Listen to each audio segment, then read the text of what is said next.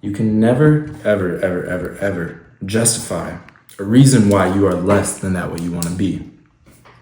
And that also includes justifying a reason why you messed up, why you failed. Never put something over your head. Never hang something above yourself. Because if you justify the reasons that you're not good enough, you're going to start living in accordance with those justifications. And this is all about a self-worth issue. If your self-worth doesn't align with the utmost capability of that which you know you're capable of, then your self-worth is never going to get there, because you're going to constantly have justifications that hold you back from that which you want to achieve. If you want to achieve a goal, you need to realize that you are pure infinite potentiality, and the divine creative force flows through you just as it does all things. See, this is why every single thing in your life is created internally first, and then it becomes external.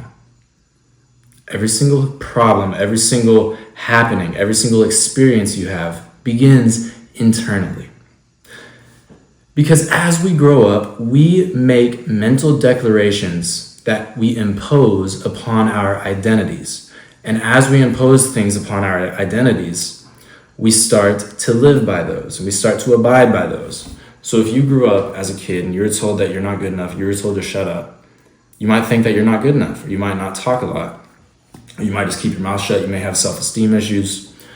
But you gotta realize that we have had these declarations put upon us, and we chose to accept them. One thing that you cannot do is blame that on another person. It's only you. Never blame on someone else, because as you blame on someone else, you can never truly outgrow your old self. If you hang on to emotions of the past, how can you become a new person? You must learn how to forgive that person. That's why forgiveness is so important. Realize that anything that you've declared to be true about your identity, about the world, if it's suffering, if it's happiness, every single thing that you've declared to be true, you have accepted that to be true at some point in your life. And then you go on to live by that code. It's a matrix. We live in a matrix. It's a holographic world we live in. We create and experience exactly what we input into our brains. The identity that you have is the frequency that you carry. And the frequency that you carry is like a radio. It tunes you into other realities that are aligned with what you believe in. Now, if you dream big, then you're gonna achieve big things. But if you dream small, if you don't think that the things you want to do are possible, then you're going to live by those things. Whether you're going to take the lazy way out, you're not going to put in the work that you need to, because deep down you don't think that you're worthy, you don't think that you're capable. And that's really why procrastination happens, because sometimes it can happen because we don't think we're worthy, or because we don't think we're capable. And that's where a lot of stress comes in, because we have this desire to be great, but we question, can we really achieve that? And these are just questions that you need to ask yourself. But the next point that I want to talk on is what prayer actually is and how to pray.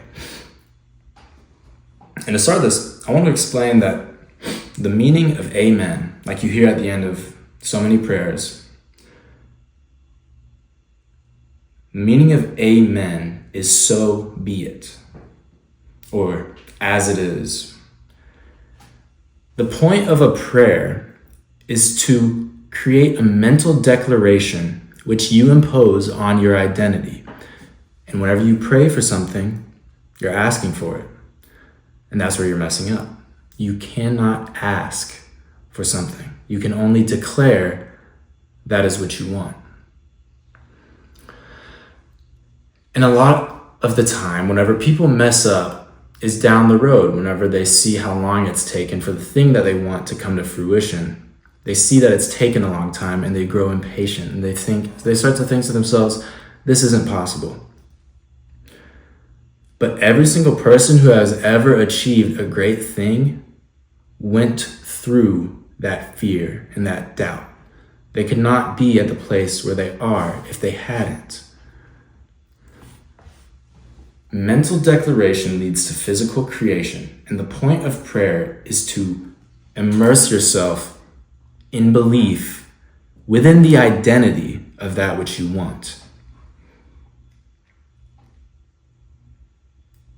Maybe if you're trying to manifest something and you cannot seem to get it, talk to your subconscious. Have a conversation with your subconscious. Ask your subconscious questions. Why do you think that you can't do this? And if it's simple as, I just can't, then override that belief, because you know that you are the master of your mind and you control your reality and you choose what to believe in. And continue that conversation with your subconscious to understand and talk with it and make a declaration upon it. Say things like, I will get in 5th place in this 5K, so be it.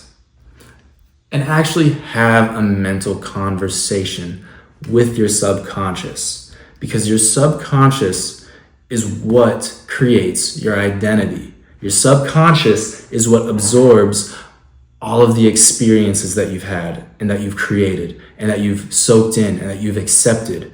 These experiences, you assign an emotion to that experience.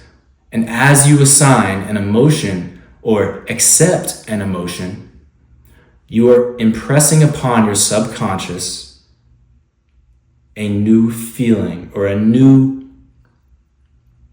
lifeline that you can live. Our energy, our identity is constantly changing. I think of it like this. We're on a pendulum. We're going back and forth. We're on the pendulum of, let's say, happiness and confidence. As you're on this pendulum, you are shown other pendulums that you can hop onto aligned with that happiness. It's all about your energy, the energy that you give off. And some people will deny this, but you cannot deny that your emotions create your life. The emotions that you have create the habits, which therefore create your lifestyle. The emotions of what you believe to be possible, the emotions of if you believe you're capable. And that's how you manifest things. You understand yourself, you understand your emotions. And look at it like that. Look at it like you're on a pendulum of emotion. What are you currently attracting into your life? What pendulum does this bring you to? And a lot of the time, other pendulums that are outside of what you want will appear to themselves. And you have a choice if you want to hop onto this negative pendulum, or if you want to stay on this positive pendulum, or if you want to transmute the negative into something better. The way that you see reality is what you make it out to be. So prayer, the true meaning of prayer is to create a mental declaration that you will abide by until that which you want comes to fruition. And you can't ask yourself, I'm telling you, you cannot start doubting yourself and say, this isn't gonna work. Because the moment that you do that, you align your energy with it not working. And guess what? You're not gonna do the work to get there if you start believing that. You're not gonna align yourself with the outcome that you want. Because if you're in a negative state saying this is impossible, then how is your potential client or how is your goal gonna come to fruition if you don't think it's possible? It's all a mental game. Life is a mental game. We create our realities. Our souls, our spirits, we knew exactly what we were getting into before we were born. Anyway, hope this helps. And if you want any more manifestation tips or personal one-on-one classes, I offer a free phone call. We can hop on there, discuss some things, and that's about it. Hope this helps. Come join for more.